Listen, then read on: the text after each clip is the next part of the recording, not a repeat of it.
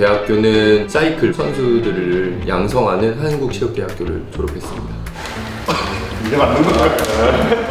고가의 자전거는 2천만 원 이상이라고 생각해 주시면 되고요. 자전거 인구가 늘어나면서 경제적으로도 도움이 되셨겠네요. 사실 코치는 돈을 보면서 코칭을 하면은 코칭을 할 수가 없어요. 왜냐면 한 사람을 좀 증진시키기 위해서 코칭을 해야 되는 거기 때문에. 선생님 방금 사진을 찍어갖고 각도를 계산하시는 거예요? 네네. 안장의 높이가 이상적인 각도에 들어와야지만. 가다가 좌회전 꺾어버리면 뒤에서. 네, 안녕하세요. 네, 안녕하세요. 간단하게 자기소개 한 번만 부탁드릴게요. 올림픽공원 로드사이클링 센터에서 코치를 하고 있는 김장호 코치입니다. 로드사이클 입문자부터 선수 트레이닝까지 코칭을 하고 있고요. 동호인 선수로서는 라파레이싱 팀에서 활약을 하고 있습니다. 선생님은 직업이 원래 사이클 선수신 거예요? 과거의 직업은 이제 사이클 선수였었고요. 사이클 선수를 은퇴한 다음에 지도자로서 이제 교육 과정을 밟고 일을 하고 있습니다. 사이클 선수는 언제까지 하신 거예요? 저는 대학교 3학년 때까지 사이클 선수 생활을 했고요. 그 이후에는 대학교에서 교육 과정을 밟으면서 지도자를 준비했습니다. 사이클은 어릴 때부터 하신 거예요? 남들보다는 조금 늦게 시작했습니다. 일반적으로는 중학교 1학년 또는 초등학교 때부터 시작을 하고요. 저 같은 경우에는 중학교 3학년 말 고2를 올라가면서 사이클을 시작했습니다. 그렇게 뒤늦게 갑자기 사이클을 하시게 된 이유가 있어요? 좀 진로에 대한 부분이 있었고요. 첫 번째로는 운동 선수와 공부를 좀 접목해서 진로를 결정하는 순간이 있었는데 그때 아버님의 권유로 사이클을 시작하게 됐습니다. 고등학교부터 대학교를 그런 학과를 나오신 거예요? 운동 선수부가 있는 고등학교를 나왔고요. 대학교는 사이클 선수들을 양성하는 한국체육대학교를 졸업했습니다. 선생님 그럼 오전에는 뭐 하세요? 오늘은 아침에 개인 트레이닝이 있고요. 오늘 트레이닝의 목적은 파워를 높이기 위한 좋은 페달링은 무엇인가에 대한 교육을 좀 진행할 예정이고요. 여기 오시는 분들 보통 자전거를 잘 타기 위해서 오시는 분들이 많아요. 비효율적인 것보다 효율적인 자전거를 타기 위한 방법을 교육할 예정입니다. 저희가 보통 어릴 때 자전거는 그냥 부모님한테 배우고 그냥 쭉 타잖아요. 네네네. 굳이 이렇게 전문적으로 배울 필요가 있나요? 일단은 배워야 되는 이유가 몇 가지 있는데요. 첫 번째는 부상을 예방하기 위해서, 두 번째는 자전거를 탔을 때 커뮤니티 스포츠다 보니까 같이 운동을 하기 위해서는 어느 정도의 피지컬 레벨이 올라와야 됩니다. 내가 혼자서 막 한다고 느는 건 아니고요. 체계적인 운동 프로그램을 통해서 해야지만 조금 더 시간을 단축시키고 다른 분들하고 더 즐거운 라이딩이 가능하세요. 자전거를 타면은 어떤 부상을 입는 거예요? 가장 주된 원인은 낙차가 있고요. 낙차라는 거는 이제 고속에서 달리다가 자전거가 떨어졌을 경우에 뼈가 부러진다든지 찰가상을 입는다든지 좀 이런 부분들이 있어요. 두 번째는 페달링을 하시다가 지속적으로 통증이 오시는데 그걸 참고 자전거를 타시게 되면은 건강을 잃으시는 상황이 되는 거죠. 그래서 교육을 받고 정확한 자세에서 자전거를 타셔야지만 건강한 라이딩이 가능하세요. 그럼 저도 좀 이따가 제 자세가 어떤지 봐주실 수 있나요? 예. 자세 한번 체크해서 자전거 어떻게 타셔야 되는지 좀 봐드리겠습니다. 어렸을 때 탔던 그런 느낌이랑 지금 탈 때는 완전히 다르실 거예요. 여기는 지금 어떤 구조예요? 바닥에 롤러가 세팅되어 있는 구조고요. 이 위에서 자전거를 안전하게 타시는 방법을 오늘 배울 예정입니다. 넘어지고 그런 건 없는 거죠? 넘어질 가능성이 많기 때문에 이 균형 잡기 굉장히 힘들어요. 그래서 옆에 보조바가 이렇게 따로 세팅이 되어 있고요. 제가 오늘 보조를 해서 좀 진행을 해볼게요. 자전거는 기본적으로 레버를 먼저 잡아주셔야 되는데 세 손가락이 안에 한 손가락이 밖에 균형 잡기부터 먼저 해주실 건데요. 팔을 쭉 뻗어서 핸들에 같은 압이 걸리게끔 해주시면 밸런스를 잡기가 입문자분들은 훨씬 더 쉬우세요. 이게 지금 제가 사이드에 있잖아요. 네. 상관없는 거예요? 이동하시는 방법은 핸들로 조향한다고 생각하시는데 페달의 힘의 크기, 즉 왼쪽으로 이동하고 싶으시면은 왼쪽의 페달을 조금 강하게 누르시거나 무게 중심을 살짝 왼쪽으로 쏟아주시거나 가만히 일자로. 일자로. 자, 준비하시고요. 자, 천천히 돌리시겠습니다. 이게 맞는 거예요? 자, 이제 페달이 멈췄다 빨라졌다 하지 않게 차분하게. 자, 거울 한번 봐주시고 이게 흔들리는 게 맞는 건가요? 아, 지금은 밸런스가 안 잡혔기 때문에 굉장히 힘드세요. 자전거 일자로 타는 게. 저희가 일반적으로 밖에서 타는 거랑 좀 느낌이 다른데요. 형롤러가 조금 더 밸런스 잡기가 예민하다고 생각하시면 돼요. 제가 지금 이 밸런스가 안 맞는다는 거는 지금까지 자전거를 잘못한 건가요? 잘못하신 건 아닌데 로드사이클은 훨씬 더 균형 감각이 많이 필요하기 때문에 여기서 트레이닝을 꼭 하고 가셔야 돼요. 그럼 일반적으로 어릴 때 자전거를 좀 탔다고 해서 로드사이클을 탈 수 있는 건 아니네요. 아, 그렇진 않습니다. 왜냐면 로드사이클은 고속 상태가 오기 때문에 조그마한 미세한 동작만으로도 방향이 틀어지거나 낙하가 일어나실 수가 있어요. 와, 계단이 조금만 일정하게 바람을 짜내게. 오케이, 좋으세요. 이 상태로만 유지. 오케이, 좋으셨어요. 이제 마지막 혼자 타셨어요. 아 진짜요? 네. 좋은지도 몰랐어요. 진짜 일반 자전거랑 다르게 로드사이클은 운동량이 상당하네요. 벌써 더우시죠? 지금 땀났어요. 운동 되는데요? 더 해보시겠어요? 아, 선생님 그럼 제가 지금 롤러 위에서 탄 게 일반적인 도로에서 제가 탔을 때는 똑바로 갈 수 있는 건가요? 똑바로 타실 수는 있는데 이제 자전거를 통해서 고속 상황이 만들어진다면 지금같이 예민한 동작에서 자전거가 넘어지거나 또는 핸들이 꺾일 수가 있어요. 고속이라는 건 어느 정도 속도예요? 속도라고 치면은 40km/h라고 생각해 주시면 돼요. 내리막을 내려갈 때는 그땐 정말 위험하겠네요. 내리막에는 사실상 80km도 나오고요. 90km 나오기 때문에 브레이킹을 잘못하거나 코너를 도실 때 조금이라도 밖에 나가신다면 큰 사고로 이어질 수 있으세요. 선생님 그럼 사이클을 하게 된 계기가 어떻게 돼요? 인서울 대학을 진학하기 위해서 공부를 할 것이냐 다른 것들을 통해서 인서울을 갈 거냐라고 했을 때 저는 아버지가 운동 선수셨기 때문에 운동을 통해서 대학을 갈 수 있다 라고 조언을 해주셨고, 그래서 사이클을 통해서 대학을 가게 되는 계기가 되었습니다. 처음에는 내가 너무 자전거가 타고 싶어서 탄 게 아니잖아요. 그거에 대해서 네. 포기하고 싶은 적은 없었어요? 없었어요. 운동을 시작하면서 이걸 통해서 무언가를 이뤄야 되겠다는 목표가 확실했기 때문에 힘들어서 그만둬야겠다 이런 생각은 하지 않았습니다. 당연히 힘들어야 되는 거고 힘든 걸 통해서 성과를 얻어야 된다 라고 생각하고 운동을 했습니다. 지금 왼발이 조금 더 힘이 많이 들어가요. 힘의 크기가 각 페달이만 다르거든요. 그래서 변화폭이 좀 작게. 선생님 방금 이렇게 수업 끝나셨는데 제가 수업할 때 보니까 휴대폰으로 어떤 걸 보면서 하더라고요. 그 프로그램은 뭐예요? 와트바이크 허브라는 페달링 지표 프로그램이고요. 힘을 썼을 때 힘이 자전거에 얼마나 전달이 되는지 시각적으로 보면서 데이터를 분석하고 또 힘을 쓰는 방법을 바꾸고 하는 프로그램이라고 생각해 주시면 되세요. 아까 회원분 운동할 때 보니까 신발에 뭐가 장착이 돼 있던데 그게 뭐예요? 자전거 전용 클릿 슈즈라고 하고요. 자전거 전용 페달 아래 바닥에는 클릿이라고 결착 시스템이 있습니다. 그래서 자전거 페달하고 자전거 슈즈하고 떨어지지 않게 결착되는 자전거 전용 슈즈라고 생각해 주시면 되세요. 그 신발 한번 보여주실 수 있나요? 네. 요게 이제 기본적인 로드사이클 슈즈고요. 발바닥 쪽에 보시면은 클릿이라고 자전거 페달하고 자전거 슈즈하고 결착시켜주는 이렇게 부품이 있습니다. 그게 있는 거랑 없는 거랑 차이가 뭐예요? 이게 없을 경우에는 페달에 360도 힘을 쓰기가 굉장히 어려우세요. 발바닥이 떨어지기 때문에. 또 안전상의 이유로도 이 클릿 슈즈를 사용하여야지만 로드사이클을 조금 더 즐기실 수가 있으세요. 그런 슈즈는 보통 가격대가 어느 정도예요? 입문자분들은 10만 원 미만대에서 시작을 해주시면 너무 좋고요. 상급자는 40만 원에서 60만 원까지 여러 제품들이 있으세요. 엄청 비싸네요.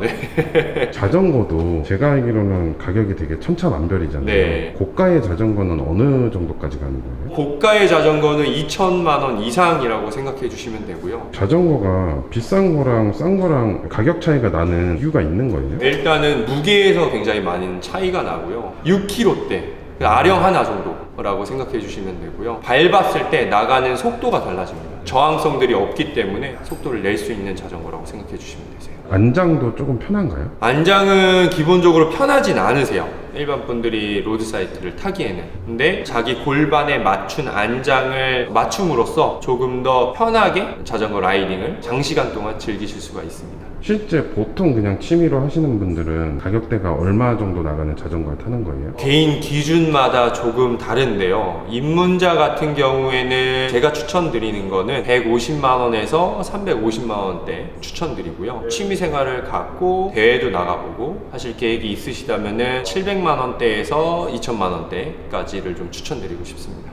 입문자들이 자전거부터 시작해서 슈즈, 의상까지 하면은 꽤 많은 돈이 필요하겠네요. 시작하시기 전에 예산을 먼저 잡아놓고 시작하셔야 돼요. 만약 예산을 안 잡아놓고 계속 구매를 하시게 된다면 이게 금액이 천정부지로 늘어나기 때문에 결국에는 나중에 고가로 넘어가면 중복 투자가 될 수도 있네요. 네, 맞습니다. 내가 좀 장비병이 있다 싶으신 분들은 애시당초 고가로 가야겠네요. 네, 장비병 있으신 분들은 애상초 가시는 게 좋습니다. 사실 제가 생각한 거는 공원이라든가 자전거 도로를 도는 정도 수준으로 생각했거든요. 근데 이 로드 사이클은 완전 다른 개념이네요. 자전거 도로를 통해서 라이딩을 하는데 40km 이상을 좀 즐기려고 타시는 취미 스포츠입니다. 운전하다 보면 도로를 달리는 게 좀 위험해 보일 때도 있던데 네. 규정상은 상관이 없는 거예요? 도로법상 자전거는 차도를 이용하게끔 되어 있는데 그래도 같이 이용하는 도로기 때문에 서로 양보하면서 안전수칙을 준수해서 라이딩 하시는 것을 권해드리고 있어요. 선생님 입장에서도 자전거 인구가 늘어나면서 경제적으로도 도움이 되셨겠네요. 사실 코치는 돈을 보면서 코칭을 하면은 코칭을 할 수가 없어요. 왜냐면 한 사람을 좀 증진시키기 위해서 코칭을 해야 되는 거기 때문에 경제적인 것보다 노력과 관심을 주면서 라이더를 성장시키는 데 조금 더 포커스를 맞춰야 됩니다. 선생님 이렇게 안장을 바꾸시는 이유가 뭐예요? 좌골 너비 대비 안장통이 좀 느껴지셔서 장거리에 조금 편하게 타실 수 있게 안장을 교체하고 있습니다. 선생님 지금 하는 설정은 뭐예요? 내가 페달을 눌렀을 때 내가 힘을 얼만큼 쓰고 있는지 시각적으로 보실 수가 있어요. 150,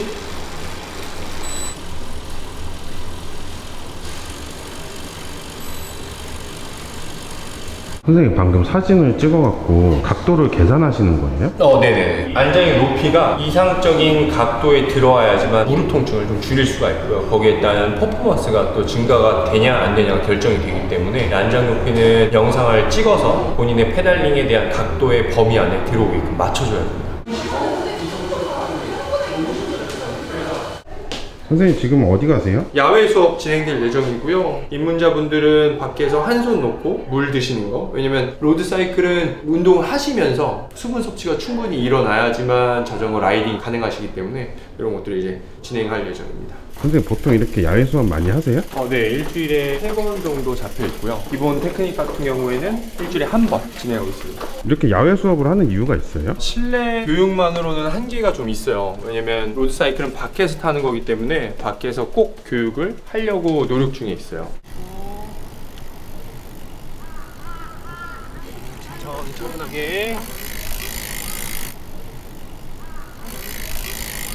가다가 좌회전 꺾어버리면 뒤에서 그래서 뒤에가 뒤 사람이 항상 앞에 사람이 천천히 멈출 거구나 라는 걸 인지하고 있게. 선생님 이렇게 수신호를 교육하는 이유가 있나요? 안정상의 목적이 있고요. 자전거는 이제 깜빡이가 없기 때문에 자동차처럼 먼저 수신호를 줘야지만 뒤에 사람들이 그 상황을 대처하고 사고 위험을 좀 낮출 수가 있습니다. 그래서 이 수신호는 좀 공통적으로 쓰고 있어요. 모든 분들이. 아까부터 이렇게 쭉 보니까 훈련이 굉장히 체계적이더라고요. 네네. 그렇게 감사합니다. 하는 이유가 있나요? 중구난방식으로 하게 되면은 교육을 받으시는 분들 입장에서도 내가 뭘 배웠는지 다음 스텝에 뭘 배워야 되는지에 대한 방향성을 찾기가 어려워요. 가르치는 지도자들도 마찬가지고.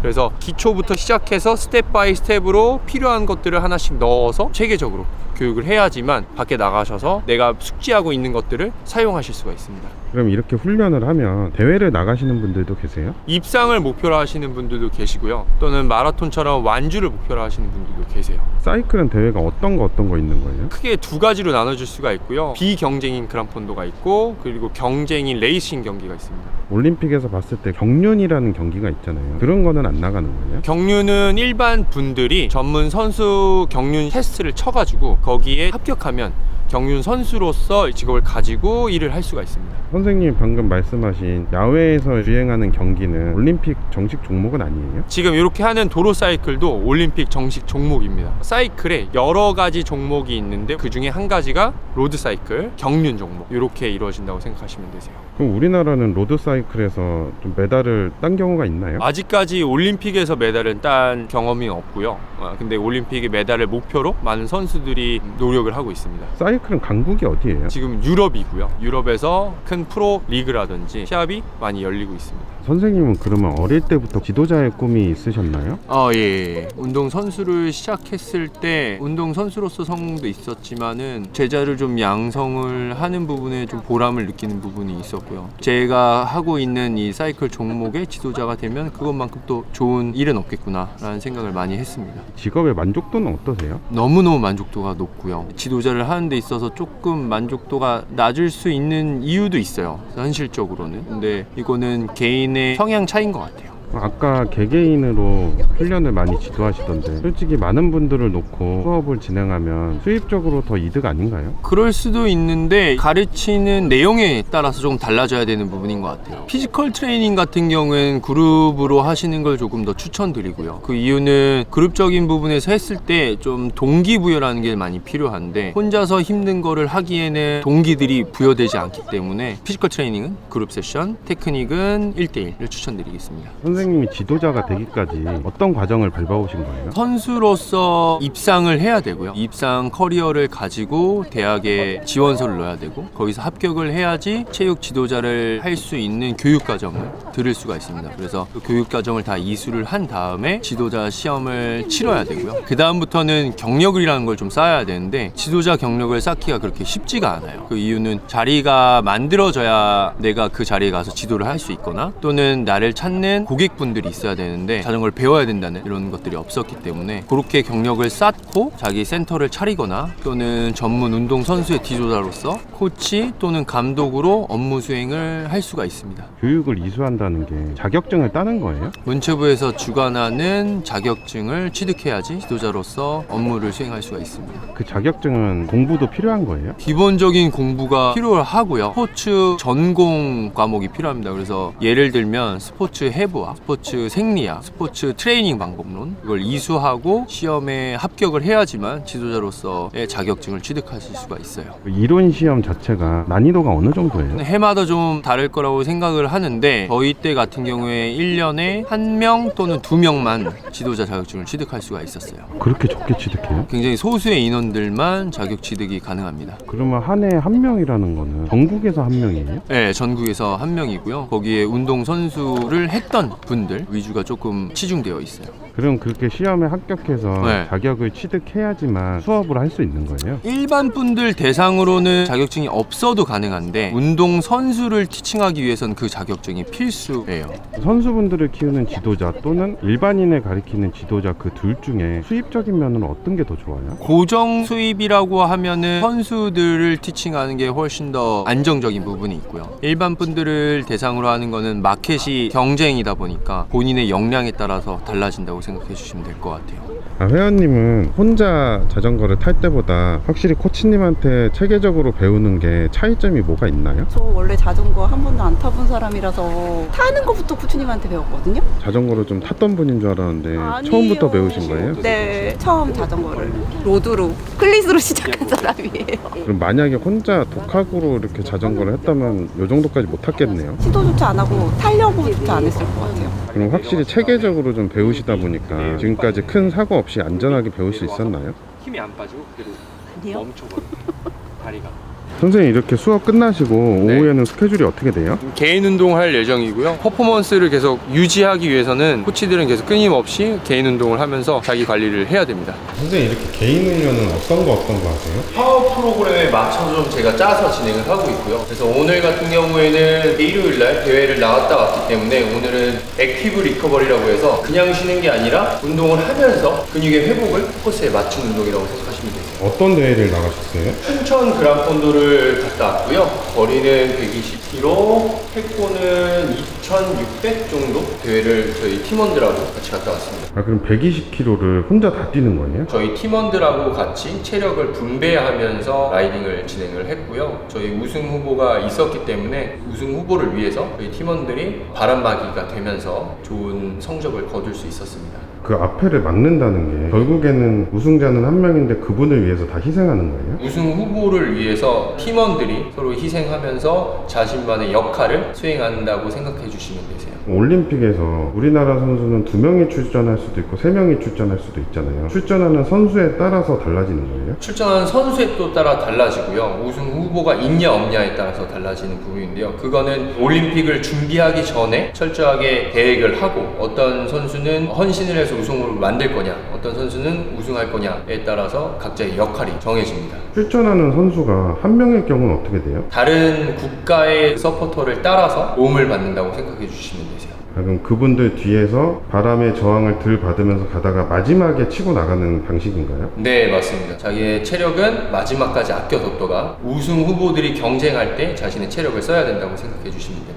선생님은 최종 목표가 어떤 거예요? 선수하고 동호인하고 같이 운동을 할 수 있는 환경을 만들어주는 게 제 최종 목표고요. 유소년 선수가 될 수도 있고 성인 선수가 될 수 있고 같이 융화되면서 각자의 분야에서 지식들을 쉐어하면서 조금 더 사이클이 발전되기를 바라고 있습니다. 저랑 오늘 하루 종일 함께 하셨잖아요. 소감 한 말씀만 부탁드릴게요. 좋은 채널에 제가 나오게 돼 굉장히 영광스럽게 생각을 하고요. 첫 촬영인데 너무 떨리고 어떻게 해야 될지 모르겠지만 잘 감독님께서 도와주셔서 너무 감사드리고 오늘 너무 즐거운 촬영이었습니다. 선생님, 그럼 마지막으로 지금도 직업에 대해서 고민하고 계신 수상한 직업 구독자분들께 한 말씀만 부탁드릴게요. 직업을 찾기 위해 또는 어디에 입사하기 위해 굉장히 노력들을 많이 쏟고 계실 거라고 생각이 들어요. 저 또한 그런 시기가 있었고 제가 좋아하는 사이클 코치가 되기 위해서 노력을 많이 했었고 결국에 제가 생각하는 직업은 이런 것 같아요. 내가 좋아하는 일을 하면서 돈을 벌 수